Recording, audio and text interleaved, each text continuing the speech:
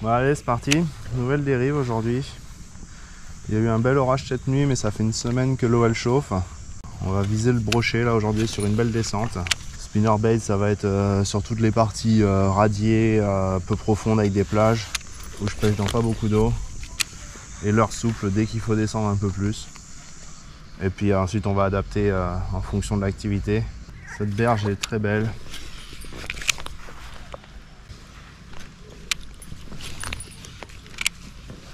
Quelques obstacles, mais pas trop pour pas non plus se perdre, parce que quand c'est trop encombré on sait plus où pêcher au final, ou ça prend trop de temps à gratter toute la zone.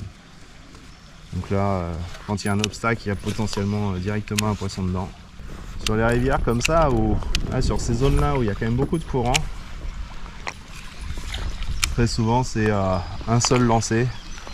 Donc quand il y a des zones vides et quand il y a un arbre que je sais que j'aurais pas fini de ramener avant l'arbre, ben, je me passe de pêcher la zone et je garde mon lancer pour l'arbre.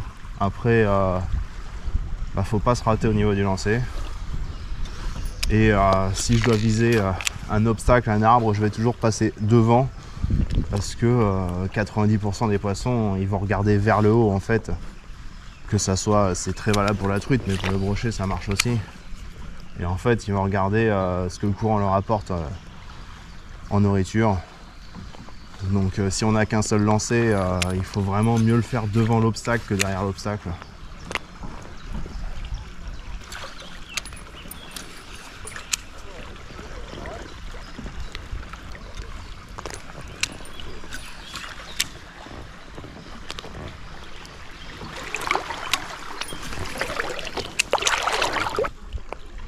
On arrive dans la fosse. On va passer sur un peu plus gros. J'arrête un peu le spinner. Je suis passé sur un shad avec une queue très mobile. Donc là on est sur un 18 cm. J'ai mis un montage Chebu pour pouvoir passer pas trop accroché, parce qu'en flotte tube avec du courant on peut pas toujours remonter des crocs. Un petit plomb de 12 grammes. Ça va suffire pour descendre avec le niveau d'eau qui est redescendu là. Et ça devrait convaincre brochet, silure. On va bien voir. Ouais, une sorte de falaise on va dire. En tout cas une pente raide. C'est pas si profond que ça. Mais au niveau de la limite de courant là où je suis, il doit y avoir quand même pas loin de 3 mètres. Il y a encore un peu beaucoup de courant. Mais on teste quand même. On pêche un peu rapide là pour voir si on tombe pas sur quelque chose d'actif. J'aurais envie de mettre un coup dans un gros leurre.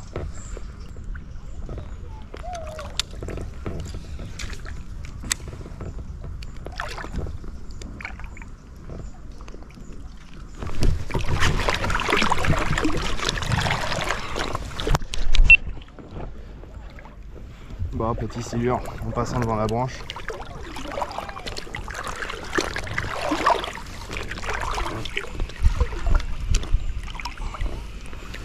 C'est pas très gros.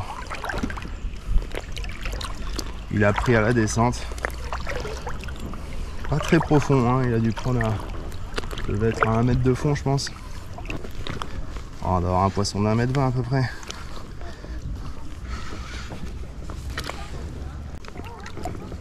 Oh, un peu moins, 1 mètre.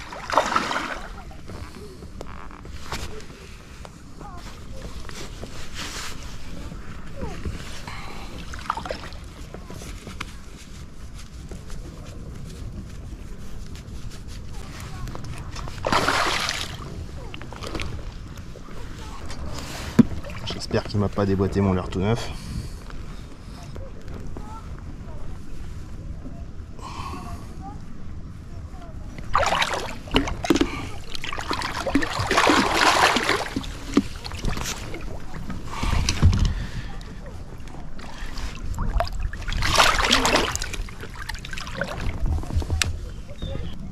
Ah bah celui-là était bien piqué.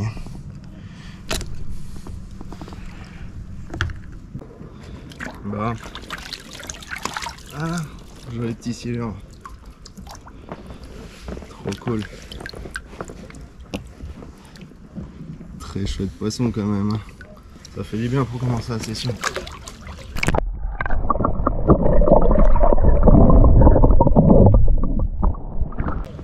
J'avais jamais fait de poisson sur cette partie-là.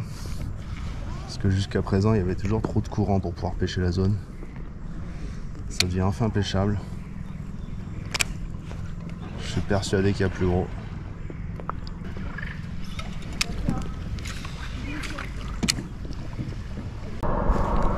Ça m'étonnerait pas qu'il y ait du gros broc qui vienne se mettre au frais ici l'été aussi.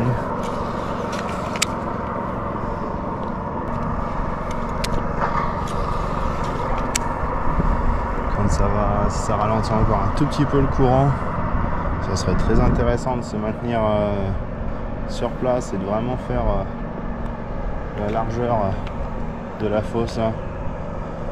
Ça y est, j'ai fait un silure. Je sais qu'ils sont moins actifs en ce moment avec la fin des crues. Du coup, on va essayer d'aller s'aventurer dans le bras mort, là, voir si ça passe. Au pire, on descendra et on partira le flotte tube. Ça rentre d'un côté, ça ressort de l'autre, donc il y a un léger courant dedans. C'est des super frayères à brocher, à blanc, à carpe, enfin à tout ce qu'on veut, quoi. C'est vraiment des milieux sauvages, des milieux humides surtout, extrêmement riches. Pour l'instant, il n'y a vraiment pas de fond, c'est pas de courant, pas de fond dedans. C'est dur de pagayer du coup, enfin de palmer. Mais bon, au pire ça fait la balade découverte.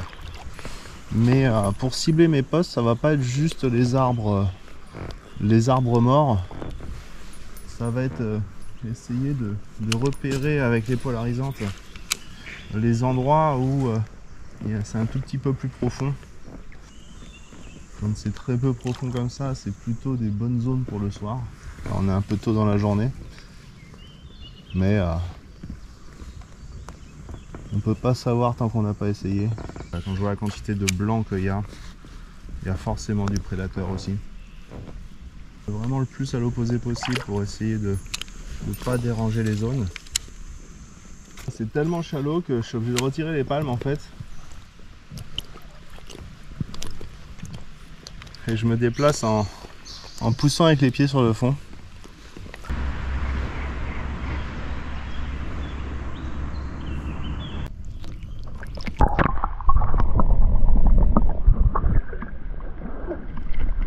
La taille au-dessus, ça serait pas mal.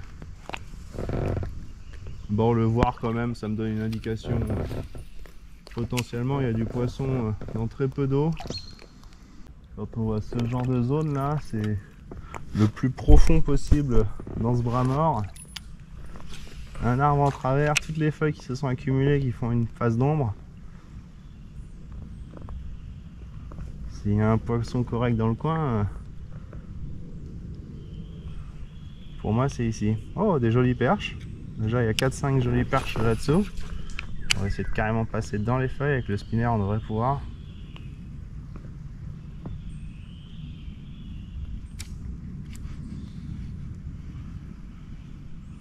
Je suis ressorti du bras mort. Je vois un petit broc quand même. Mais à part ça, ça manquait quand même un peu de fond. Beaucoup de blanc par contre. Ouais, il commence à y avoir ces grands herbiers là sous la patate. Quand il va commencer à faire chaud, les poissons ils vont aller se réfugier à l'ombre dessous là. C'est en plein milieu du lit de la rivière, donc jusqu'à présent il y avait trop de courant pour qu'ils restent vraiment dedans. Mais là ça commence à être propice à des poissons, même je pense maintenant, ils vont commencer à s'y placer. Ça va être super pour les poissons, ça va être plus dur de les trouver parce que quand il y a toute la rivière à peigner plutôt que juste quelques mètres de bordure, bah forcément ça prend plus de temps. Mais s'ils commencent à s'activer un peu aussi, ça ferait pas de mal. Bon, je suis repassé aux 18 cm là. J'essaye de changer d'animation. Je vais faire des grandes tirées calmes vers le haut pour décoller l'heure du fond. Puis je le laisse redescendre.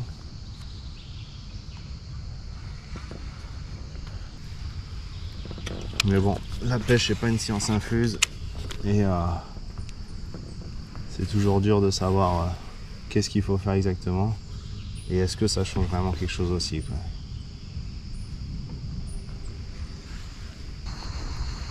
La dernière fois qu'on est passé là, sur la fin de cette partie là, il y avait des silures dans les arbres à la fin.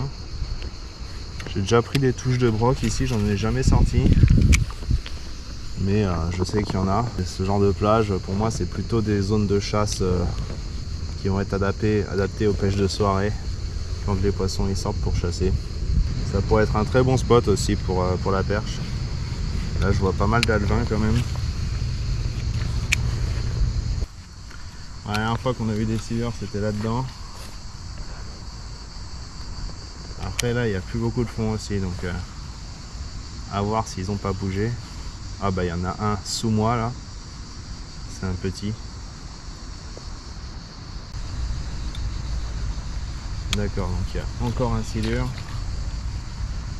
Il est vraiment passé juste sous moi. Ah. Oh putain, c'est un beau broc, c'est un très très beau broc.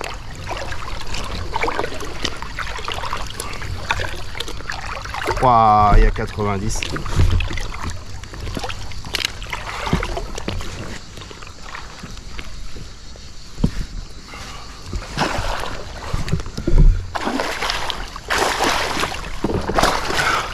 Oh ouais, ah ouais,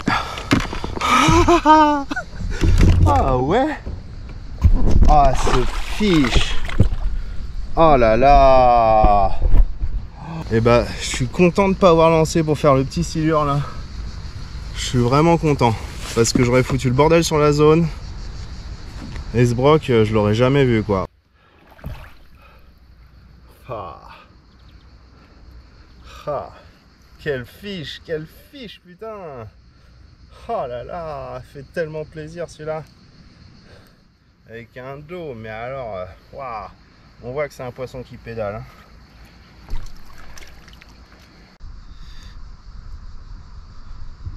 On va bien prendre son temps. Voilà, on voit les ouïes qui commencent à se réactiver un peu.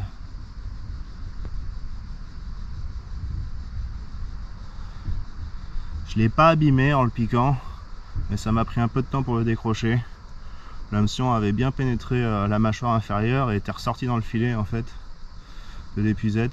Du coup j'ai écrasé l'ardillon, on s'en fout, c'est un hameçon, j'en prendrai un autre. Mais je vais relâcher mes poissons, donc s'il y a besoin de couper, ah il commence à mettre des petits coups de queue. S'il y a besoin de couper l'hameçon, tout ça, il n'y a pas de souci. Moi c'est que du matos. Il est un peu abîmé, je pense qu'il s'est fait bouffer par quelque chose, peut-être un héron, un cormoran.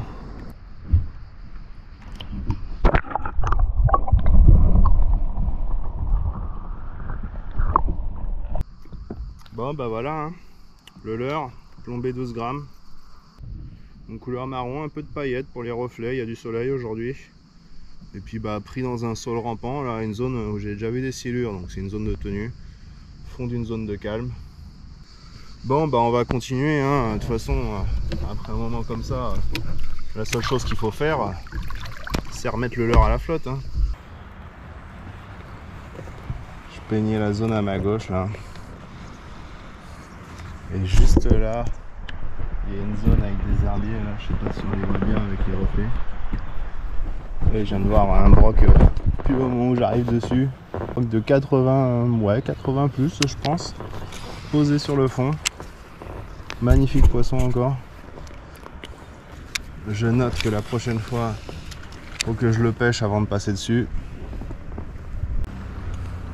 Et les spots changent beaucoup, même avec 20 cm de différence de niveau d'eau.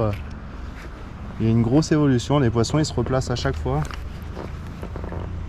Donc ça fait énormément de connaissances à engranger, on va dire, pour pouvoir bien connaître la rivière, sans parler des bancs de sable qui se déplacent à chaque crue. Mais c'est super intéressant. Je commence à me démerder. Bon, ça c'est un silure. Vu la cartouche que j'ai pris.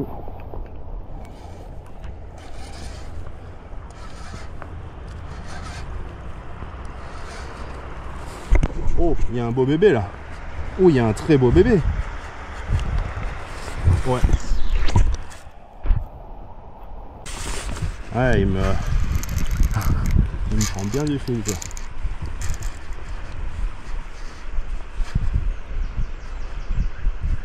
Oh là là, il m'a mis une cartouche. J'ai ferré avec le doigt sur la bobine, je me suis scié le doigt quoi. Allez, 2 clics de frein, on va voir. Voilà, de toute façon celui-là, va falloir le fatiguer. Si je peux le laisser dans la zone où il n'y a pas trop de fond, ça m'arrangerait parce que le courant après là faut pas partir dedans. Ah, il y a un poisson d'un mètre 50 je pense. Ah, c'est pas un 2 mètres, ça va.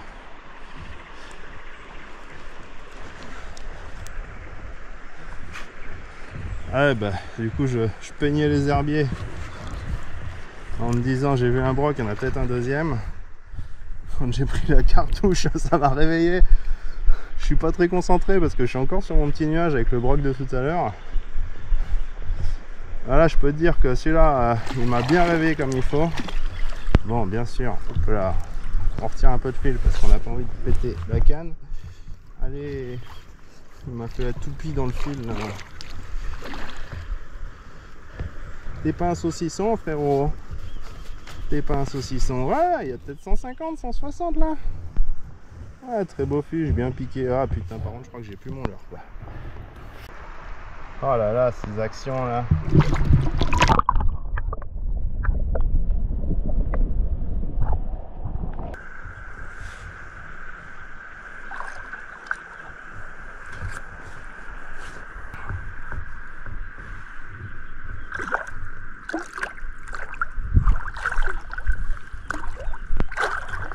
Oh là là, poisson magnifique encore. Oh là là, ah, allez, dans la queue. Voilà, superbe silure. Oh là là, encore un beau monstre de rivière.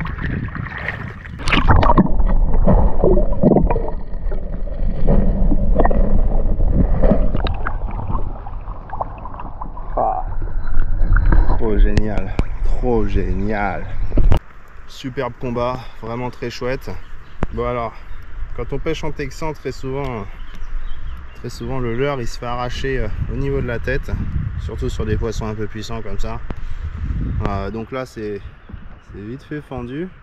Surtout on jette pas ça. Hein. Le leurre il est pas fichu. Hein.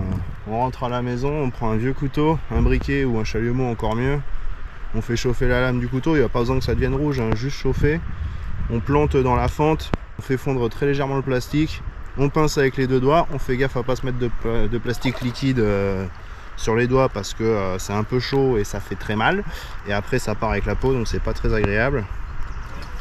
Et on réutilise, alors je fais pas ça avec les micro leurres à perche, mais sur des leurres comme ça, c'est vraiment très con de jeter. Et même si les compagnies qui vendent des leurres seraient très heureux qu'on change à chaque fois que c'est un peu abîmé, tu vois. Celui-là il a déjà été un peu refait, bah, ça attrape encore largement du poisson. Bon, un truc que j'avais oublié, c'est que je pêchais sans ardillon à ce moment là. J'ai écrasé l'ardillon pour le broc et bah il s'est pas décroché. Pourtant il a eu 2-3 occasions quoi. Mais bon, heureusement que j'ai gardé attention. Mais j'avais complètement oublié. C'est quand je l'ai décroché à la fin que j'ai fait. C'est bizarre, l'hameçon il sort super facilement pour une fois. Et en fait, bah ouais, j'avais écrasé l'ardillon pour décrocher proprement le broc et pas l'abîmer. Bon bah voilà, un poisson validé. Hein. Il y a un peu plus d'une semaine, je rate un gros broc de 90 plus dans les arbres là. Et aujourd'hui, le seul broc que je touche, bon, il faisait plaisir. Le seul broc que je touche, c'était dans des saules rampants, exactement comme ça.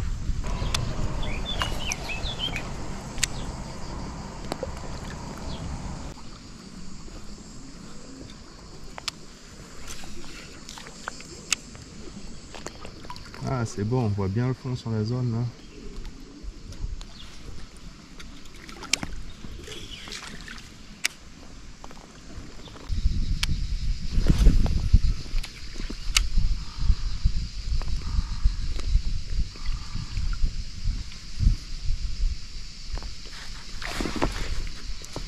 Je vais me prendre une très grosse touche. Malheureusement ça n'a pas piqué. Et je sais que c'est une touche parce que ça aurait pu être une pierre. Mais au moment où je prends la touche, il y a un petit poisson qui saute en surface. Enfin, d'ailleurs pas si petit que ça. Donc je pense qu'il a compris qu'il y avait un gros truc qui bougeait sous lui. Bon, c'était pour mon leurre. Je connais cet endroit, hein. Je suis à 80%, à 100% sûr que c'est un silure. Puis vu la touche, j'ai fini la fosse là, mais on reste quand même sur une partie assez profonde. Et il y a une falaise au-dessus en fait, et là le fond c'est vraiment des amas rocheux assez importants. Il y a des très gros blocs.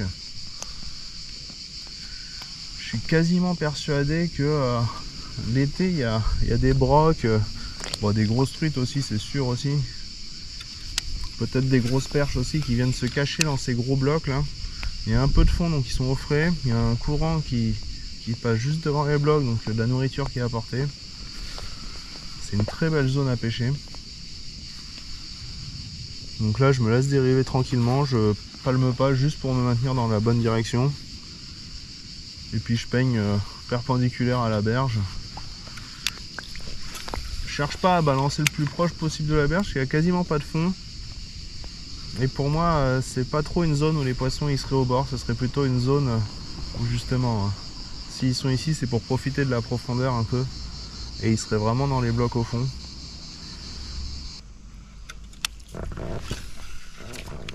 Ah, avec ce courant là ça donne envie aussi de faire un peu de vertical. Enfin ça donne envie. Ça serait une technique qui je pense marcherait bien. Après j'aime pas la verticale, je m'ennuie quand je fais de la verticale. Mais c'est typiquement le genre de spot où tu as envie de faire une dérive dans le courant là. Enfin même une dérive. Une dizaine de dérives si tu as un bateau et que tu peux remonter.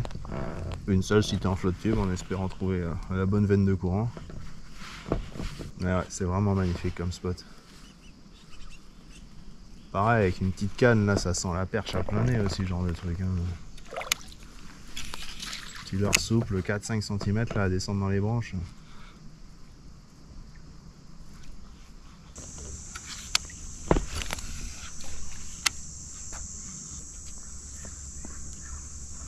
Il a pas aimé le leurre.